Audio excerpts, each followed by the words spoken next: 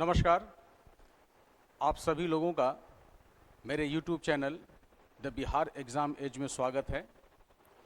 आज हम लोग भारतीय संविधान के कुछ महत्वपूर्ण प्रश्नों को देखेंगे।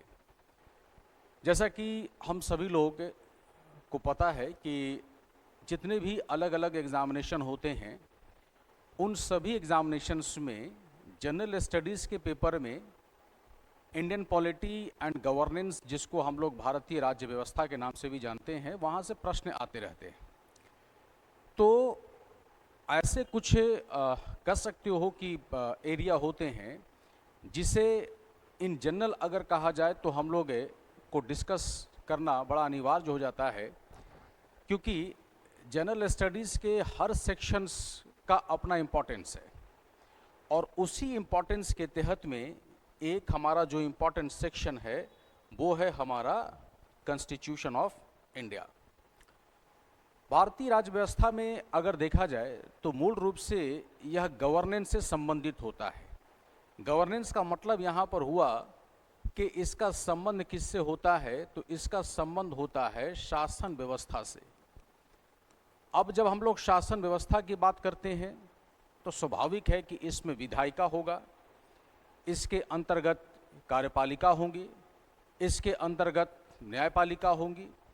तो यह तीनों यानी कि विधायिका, कार्यपालिका और न्यायपालिका अलग अलग ढंग से ये काम करती है। तो अब जैसे मान लीजिए कि ये सभी के सभी अलग अलग ढंग से काम करती है, तो स्वाभाविक है कि जब वह कार्य का संचालन करती हैं तो उन्हें दिशा निर्देश कहाँ से प्राप्त होता है। तो उन्हें जो दिशा निर्देश प्राप्त होता है वह दिशा निर्देश प्राप्त होता है भारत की संविधान से। तो क्योंकि संविधान की यदि हम लोग परिभाषा कहें कि संविधान क्या होता है, तो संविधान किसी भी देश का सर्वोच्च नियम होता है और उसी नियम के आधार पर देश के शासन का संचालन किया जाता है। इसका मतलब यहाँ पर यह हुआ कि यदि हम लोग शासन व्यवस्था को समझने का प्रयास करेंगे तो हमें भारतीय संविधान को समझना होगा, संवैधानिक व्यवस्था को समझना होगा और इसी के आधार पर हम यहाँ पर शासन को समझ सकते हैं। तो पहला प्रश्न कह रहा है, भारतीय संविधान के किस अनुच्छेद के तहत भारत को राज्यों का संघ घोषित किया गया है। यानी हमने जैसा बताया कि भाग 1 में कुल कितने अनुच्छेद हैं, तो 1, 2, 3 और 4 अनुच्छेद हैं और हर अनुच्छेदों में अलग अलग बातें कही गई हैं। तो प्रश्न यहाँ पर यह कह रहा है कि कौन से अनुच्छेद में यह बताया गया है कि भारत को राज्यों के संघ के रूप में परिभाषित किया गया है, यानी यूनियन ऑफ स्टेट्स के रूप में इसको परिभाषित किया गया है। और इसका सही उत्तर होगा अनुच्छेद 1, यानी आर्टिकल 1 में यह बातें बताई गई हैं कि what is India. So the answer is the India shall be the union of states. ये बात समझ में आई। अगला प्रश्न को देखो, यह प्रश्न कह रहा है, भारतीय संविधान के भाग 1 में निम्नलिखित में से कौन से, यहाँ पर जो प्रश्न पूछ रहा है विषय, यानी कि किस विषय, किस सब्जेक्ट पे बात की गई है। तो कह रहा है कि भारतीय संविधान के भाग 1 में निम्नलिखित में से कौन से विषय शामिल हैं। पहला, संघ और उसका क्षेत्र। दूसरा, नागरिकता, नए राज्यों का गठन और मौलिक अधिकार।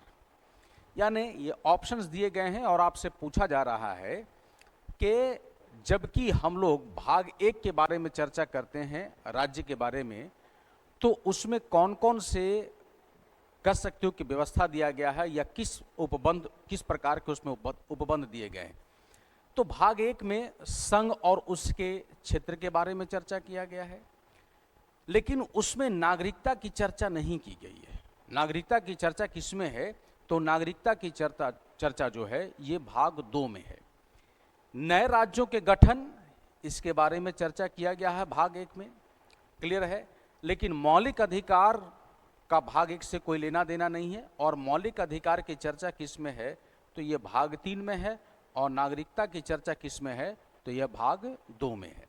इसका मतलब यहाँ पर यह हुआ कि संघ और उसका क्षेत्र और नए राज्यों के गठन के जो मामले हैं, यह भाग 1 में इसकी चर्चा की गई है। तो इसका जवाब हो जाएगा 1 और 3, और ये ऑप्शन हमारा सही होगा। क्लियर है? अगले प्रश्न की तरफ आगे बढ़ते हैं। अगला प्रश्न कह रहा है, भारत में नए राज्यों के गठन या मौजूदा राज्यों के क्षेत्रों, सीमाओं या नामों में परिवर्तन से संबंधित विधेयक को संसद में पेश करने के लिए किसकी पूर्व सिफारिश आवश्यक है? यानी यह प्रश्न कह रहा है कि यदि कोई प्रस्ताव जिसमें नए राज्यों के पुनर्गठन से संबंधित कोई मामले हो, तो उनमें जब उसको संसद में प्रस्तुत किया जाएगा तो क्या किसी की सिफारिश की आवश्यकता है? तो प्रश्न के अनुसार सिफारिश की आवश्यकता तो है, लेकिन कौन सिफारिश करेगा? क्या ये सिफारिश प्रधानमंत्री करेंगे, गृह मंत्री करेंगे, राष्ट्रपति करेंगे, या संबंधित राज्य के राज्यपाल करेंगे? ठीक है, तो इसका जवाब है राष्ट्रपति के पूर्व अनुमति के बाद इस प्रकार के विधेयक संसद में प्रस्तुत किए जाते हैं। क्लियर है? नेक्स्ट प्रश्न की तरफ आगे बढ़ते हैं। अगला प्रश्न कह रहा है, यदि संसद अनुच्छेद 3 के तहत किसी नए राज्य का निर्माण करती है तो निम्नलिखित में से किस अनुसूची में संशोधन की आवश्यकता होगी? यानी यह प्रश्न कह रहा है कि जब किसी नए राज्य का गठन किया जाएगा तो जब ऐसा किया जाएगा तो संविधान का कोई ना कोई भाग तो प्रभावित होगा ही होगा। तो कौन सी अनुसूची इससे प्रभावित होगी? तो देखो, इसका सही जवाब क्या है कि इसमें पहली अनुसूची और चौथी अनुसूची, ये दोनों इससे प्रभावित होगा। पहली अनुसूची इस वजह से क्योंकि पहली अनुसूची में राज्य एवं जो केंद्र शासित प्रदेश हुए, केंद्र शासित प्रदेश की इसमें चर्चा की गई है, यानी उसमें नाम लिखा गया है। आपको अगर भारत के राज्यों का नाम देखना है कि कितने राज्य हैं और कितने केंद्र शासित प्रदेश हैं, तो हमें अनुसूची 1 में ये पूरे के पूरी लिस्ट मिल जाएगी। ठीक है, तो राज्य एवं केंद्र शासित प्रदेश के नाम हमें मिल जाएंगे। क्लियर है? और अगर हम लोग चौथी अनुसूची के बारे में चर्चा करें तो चौथी अनुसूची जो है, इसका संबंध है राज्यसभा में सीट के आवंटन से संबंधित है। तो इसका मतलब यहां पर यह हुआ कि पहली अनुसूची प्रभावित होगी और साथ साथ में चौथी अनुसूची भी इससे प्रभावित होगी, क्योंकि पहली अनुसूची में नए राज्यों का नाम जोड़ना होगा और चौथी अनुसूची में राज्यसभा में उस राज्य के क्या सीट वगैरह होंगे, तो इसका मतलब है वो भी प्रभावित होगा। ठीक है, तो इसका सही जवाब हो जाएगा पहला और चौथा। अगला प्रश्न की तरफ देखिए, भारत में किसी राज्य के नाम में परिवर्तन के लिए निम्नलिखित में से किस बहुमत की आवश्यकता होती है? यानी कि जबकि ऐसा प्रस्ताव यदि संसद में प्रस्तुत किया जाएगा तो क्या किन्हीं की कह सकते हो कि क्या नाम है, जब प्रस्तुत किया जाएगा तो जब यह पारित होगा, क्या इसमें साधारण बहुमत की आवश्यकता है, क्या इसमें विशेष बहुमत की आवश्यकता है, और क्या इसमें राज्य के अनुमोदन के साथ विशेष बहुमत की आवश्यकता है? ठीक है, तो यहाँ पर याद रखोगे कि जबकि अगर किसी राज्य के नाम में परिवर्तन के लिए यदि किसी प्रकार के विधेयक संसद में प्रस्तुत किए जाते हैं तो यह पास किए जाएंगे, साधारण बहुमत से यह पास किए जाएंगे। ठीक है, नेक्स्ट प्रश्न की तरफ आगे बढ़ते हैं। अगला प्रश्न कह रहा है, भारतीय संविधान के अनुसार भारत के राज्य क्षेत्र में किनको शामिल किया गया है? यानी कि जब हम भाग 1 को पढ़ते हैं तो भारतीय संविधान के अनुसार उसमें किन किन को शामिल किया गया है। ठीक है, तो सबसे पहला याद रखोगे राज्यों के क्षेत्र उसमें शामिल है, संघ राज्य क्षेत्र शामिल है, कहने का मतलब यूनियन टेरिटरीज उसमें इंक्लूडेड होंगे। ठीक है, और ऐसे क्षेत्र सभी शामिल किए जाएंगे जो कि एक्वायर किया गया है, जो अर्जित किया गया है, तो वह सभी इसमें सम्मिलित किए जाएंगे। क्लियर? तो इसका मतलब है कि इसका जो सही जवाब हो जाएगा वो हो जाएगा डी। अगले प्रश्न की तरफ आगे बढ़िए। यह कह रहा है किस मामले में सर्वोच्च न्यायालय ने यानी कि सुप्रीम कोर्ट ने यह निर्धारित किया था कि अर्जित किए गए विदेशी क्षेत्र को भारतीय संघ में मिलाने के लिए संवैधानिक संशोधन की आवश्यकता होती है। यानी ये अलग अलग केस लिखे हुए हैं। तो क्वेश्चन कह रहा है कि सुप्रीम कोर्ट ने किस मामले में यह स्पष्ट किया कि यदि किसी भाग को यानी जो अर्जित किए गए हैं अगर उन्हें भारतीय संघ में जोड़ा जाएगा, यानी इंडियन जो टेरिटोरियल रीजन्स में अगर उसको जोड़ा जाएगा तो उसमें संविधान संशोधन की आवश्यकता होगी। तो यह बात जो कही गई है, यह बात कहा गया है बेरुबारी केस में। ठीक है, नेक्स्ट प्रश्न की तरफ आगे बढ़िए। यह प्रश्न कह रहा है अनुच्छेद 1 के तहत राज्यों के संघ की अवधारणा का क्या अर्थ है। यानी जब यह कहता है कि भारत राज्यों का संघ है तो आप इससे क्या समझते हैं, यह क्या स्पष्ट करना चाहता है। तो याद रखिएगा, यह स्पष्ट करना चाहता है यह संघ किसी समझौते का परिणाम नहीं है। ठीक है, यानी भारतीय संघ जो है वो किसी समझौते का परिणाम नहीं है। और दूसरा, राज्यों को संघ से अलग होने का अधिकार नहीं है। ठीक है, यह दर्शाता है कि भारत एक संघीय व्यवस्था तो नहीं। अनुच्छेद 1 के तहत में जब यह कहा जाता है कि भारत जो है यह राज्यों का संघ है, तो यह कहता है, इसका मतलब ये होता है, इसका अर्थ ये होता है ये संघ किसी समझौते का परिणाम नहीं है और राज्यों के संघ को अलग होने का, राज्यों को संघ से अलग होने का अधिकार नहीं है। तो इसका सही उत्तर हो जाएगा 1 और 2। अगले प्रश्न की तरफ आगे बढ़ें।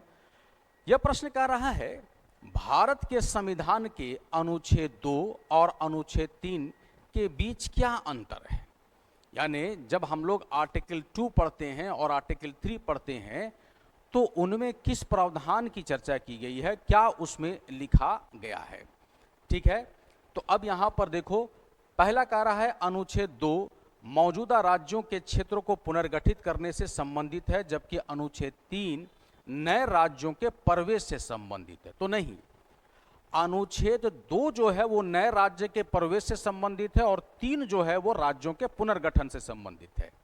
ठीक है, तो पहला वाला तो गलत हो जाएगा। दूसरा को देखो, अनुच्छेद 2 संसद को भारत संघ में नए राज्यों को शामिल करने की शक्ति देता है, सही है ये। जबकि अनुच्छेद 3 मौजूदा राज्यों के नामों, सीमाओं और क्षेत्रों में परिवर्तन को अधिकृत करता है। यस, यही इसका सही जवाब होगा। ठीक है, देखो अनुच्छेद से प्रश्न पूछे जाते हैं और ये नहीं कि आपको पूरा का पूरा 395 अनुच्छेद याद कर लेना है, नहीं, बल्कि हमें क्या करना है कि जो अनुच्छेद महत्वपूर्ण हैं या जो हाल के दिनों में चर्चा में रहे हैं, आपको उस अनुच्छेद को ध्यान में रखना होगा, उसे याद करना होगा। क्लियर है। जैसे उदाहरण के लिए अगर मान के चलो कि इस समय बिहार में चुनाव हो रहा है, ठीक है, तो जब बिहार विधानसभा का चुनाव हो रहा है तो विधानसभा की चर्चा किस अनुच्छेद में किया गया है, विधान परिषद की चर्चा किस अनुच्छेद में की गई है। जब यह कह सकते हो कि चुनाव आयोग इस प्रकार के चुनावों का संचालन करता है तो वो कौन कौन से अनुच्छेद में वो चर्चा किया गया है। अनुच्छेद को याद करना कोई ज़रूरी नहीं है कि आप सभी अनुच्छेद याद कर पाएँ, क्लियर है, लेकिन जो इम्पॉर्टेंट आर्टिकल्स हैं उनको तो आपको याद करना ही होगा। ठीक है, और जो अनुच्छेद इस समय यानी उस समय करंट अफेयर्स में वो चर्चा में रहे हैं, उस अनुच्छेद को आपको ध्यान में रखना होगा, उसको पढ़ना होगा, उसको याद करना होगा। क्लियर है। आइए अगले क्वेश्चंस को देखें। अगला प्रश्न कह रहा है किस अनुच्छेद के तहत संसद को किसी भी राज्य के क्षेत्र को बढ़ाने या घटाने की शक्ति प्राप्त है। देखो फिर अनुच्छेद से ये क्वेश्चन है और इसका सही जवाब क्या होगा, तो ये होगा अनुच्छेद 3 में यह अधिकार दिया गया है। और अधिकार किससे दिया गया है, तो अधिकार संसद को दिया गया है कि किसी भी राज्य के क्षेत्रों को बढ़ाने या घटाने की शक्ति उन्हीं के पास सीमित होगी। क्लियर है। आइए नेक्स्ट अनुच्छेद को देखें, नेक्स्ट क्वेश्चन को देखें। अगला प्रश्न कह रहा है भारतीय संविधान में अब नागरिकता के बारे में चर्चा, नागरिकता से संबंधित प्रावधान किस भाग में दिए गए? तो अभी जैसे मैंने जस्ट चर्चा किया, भाग 1 का संबंध राज्य से है और भाग 2 का संबंध किससे है? तो भाग 2 का संबंध जो है वह किससे है? तो भाग 2 का संबंध नागरिकता से है। भाग 1 का संबंध किससे है? तो भाग 1 राज्य से संबंधित है। भाग 2 का संबंध किससे है? तो भाग 2 का संबंध जो है वह नागरिकता से है। भाग 3 का संबंध किससे है? तो भाग 3 का संबंध जो है वह मौलिक अधिकार से है। क्लियर? और भाग 4 का संबंध किससे है? तो भाग 4 का संबंध है नीति के निर्देशक तत्व, नीति के निर्देशक तत्व, ठीक है, जिसको हम लोग कहते हैं directive principles of state policy, इसको भी कहा जाता है directive principle of state policy,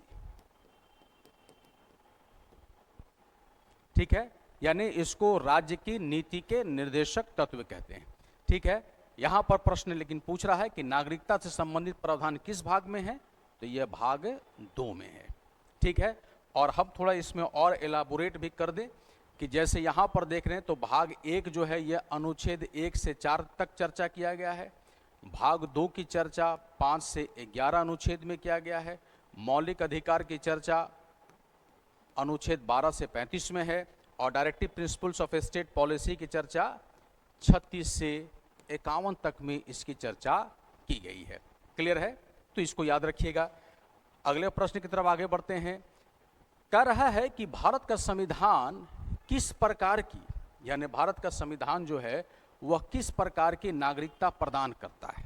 ठीक है, एकहरी नागरिकता प्रदान करता है या फिर दोहरी नागरिकता प्रदान करता है, दोहरी और एकल दोनों प्रकार की प्रदान करता है। ठीक है, तो यहाँ पर जो सही जवाब होगा वो ये होगा कि भारत के संविधान जो है वो एकल नागरिकता के प्रावधान की चर्चा करता है। नेक्स्ट प्रश्न की तरफ आगे बढ़िए। अगला प्रश्न कह रहा है संविधान के किस अनुच्छेद में प्रावधान है कि संसद कानून द्वारा नागरिकता के अधिग्रहण और समाप्ति से संबंधित मामलों के लिए प्रावधान कर सकता है? यानी किस अनुच्छेद में प्रावधान है?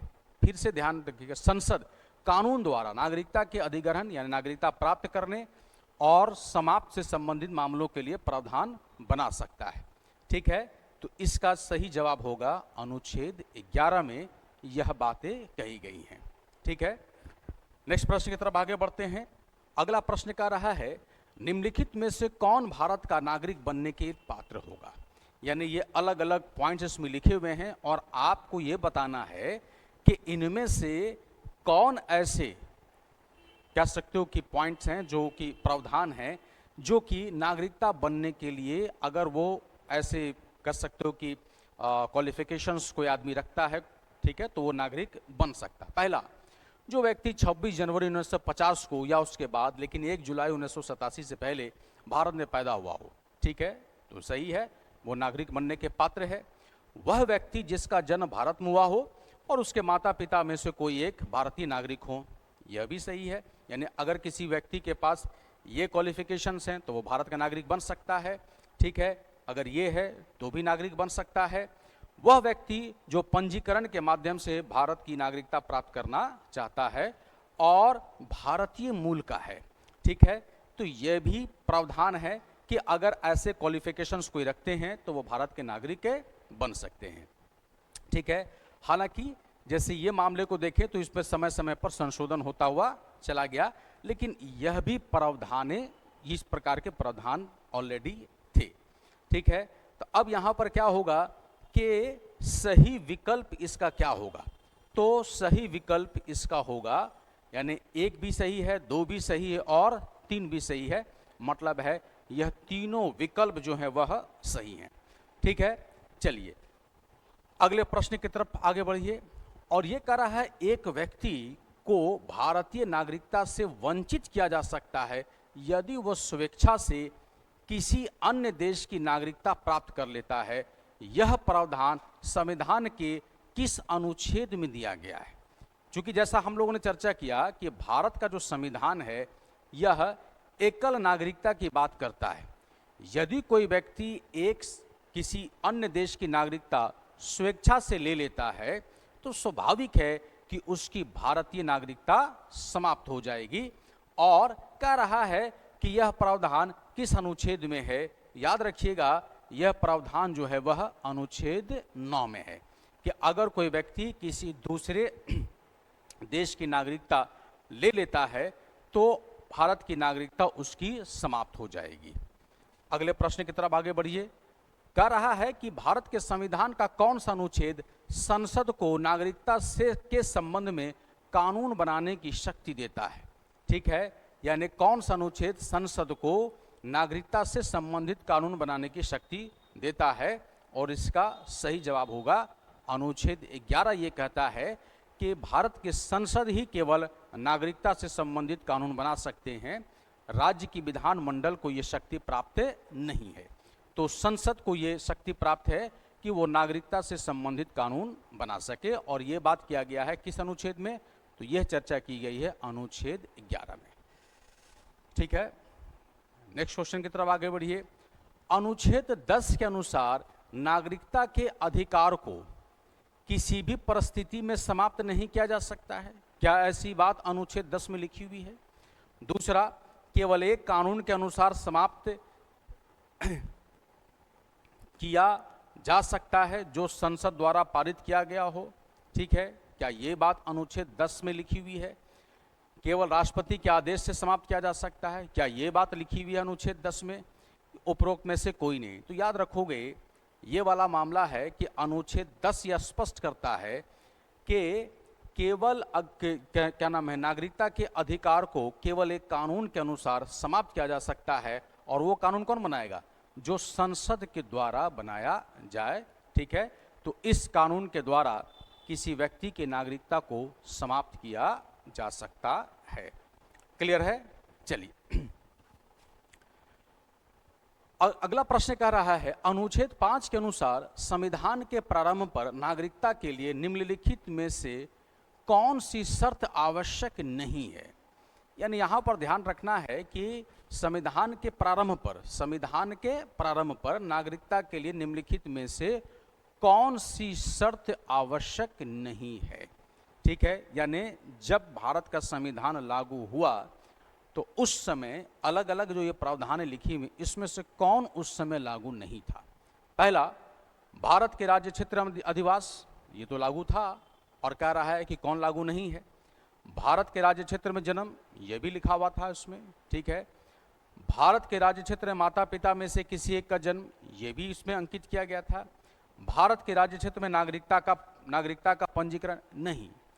आरंभ में पंजीकरण से संबंधित नागरिकता से संबंधित किसी प्रकार के प्रावधान नहीं थे, बल्कि 1955 में जो नागरिकता संबंधित कह सकते हो कि कानून बनाई गई संसद के द्वारा, उसमें पंजीकरण के द्वारा नागरिकता प्रदान करने की चर्चा किया गया है। ठीक है, और यदि हम लोग कहें तो इस समय भारत की नागरिकता प्राप्त करने के लिए 5 अलग अलग प्रावधान हैं। ठीक है, एक तो है कि जन्म से भारत के नागरिक बन सकते हैं। दूसरा, वंश के आधार पर बन सकते हैं। तीसरा, पंजीकरण के द्वारा बन सकते हैं। चौथा, यदि कोई व्यक्ति देश में लंबे समय तक रह रहा हो तो देशीकरण के द्वारा उसे नागरिकता प्रदान किया जा सकता है। और यदि किसी भाग को भारत में जोड़ दिया जाए तो भी किसी व्यक्ति को नागरिकता दिया जा सकता है। तो इस समय नागरिकता प्राप्त करने के लिए 5 अलग अलग प्रावधानें दी गई हैं। यह प्रावधानें बने थे, कब बना था, तो सिटीजनशिप एक्ट 1955 में यह प्रावधानें बनाई गई थी। लेकिन यहां पर प्रश्न आपसे कह रहा है कि संविधान के प्रारंभ पर, तो संविधान के प्रारंभ पर पंजीकरण के जैसा कोई चर्चा नहीं किया गया था। ठीक है, तो कह रहा है कि कौन सी आवश्यक शर्त नहीं है। ठीक है, तो डी वाला जो है वो मामला सही लगता है। अगले प्रश्न की तरफ देखिए, भारतीय नागरिकता से संबंधित वंश के सिद्धांत के संबंध में निम्नलिखित में से कौन सा कथन सही है। यानी अलग अलग कथन यहां पर दिया गया है, तो वंश के सिद्धांत से संबंध में कौन सा कथन सही है। वंश के आधार पर नागरिकता प्राप्त करने के लिए व्यक्ति का जन्म भारत में होना चाहिए, यानी किसी व्यक्ति को यदि वंश के आधार पर नागरिकता लेना है तो उसका जन्म भारत में होना चाहिए। ठीक है, तो ये नहीं सही है, क्योंकि अगर किसी व्यक्ति का जन्म भारत के बाहर होता है लेकिन उसके माता पिता भारत के नागरिक हैं तो स्वाभाविक है कि उसको नागरिकता मिल सकता है। ठीक है। दूसरा, वंश के आधार पर नागरिकता प्राप्त करने के लिए व्यक्ति के माता पिता दोनों को भारतीय नागरिक होना चाहिए। ठीक है, तो ये कोई जरूरी नहीं है। माता पिता में से कोई एक अगर भारतीय नागरिक हैं तो वंश के आधार पर नागरिकता उन्हें प्रदान किया जा सकता है।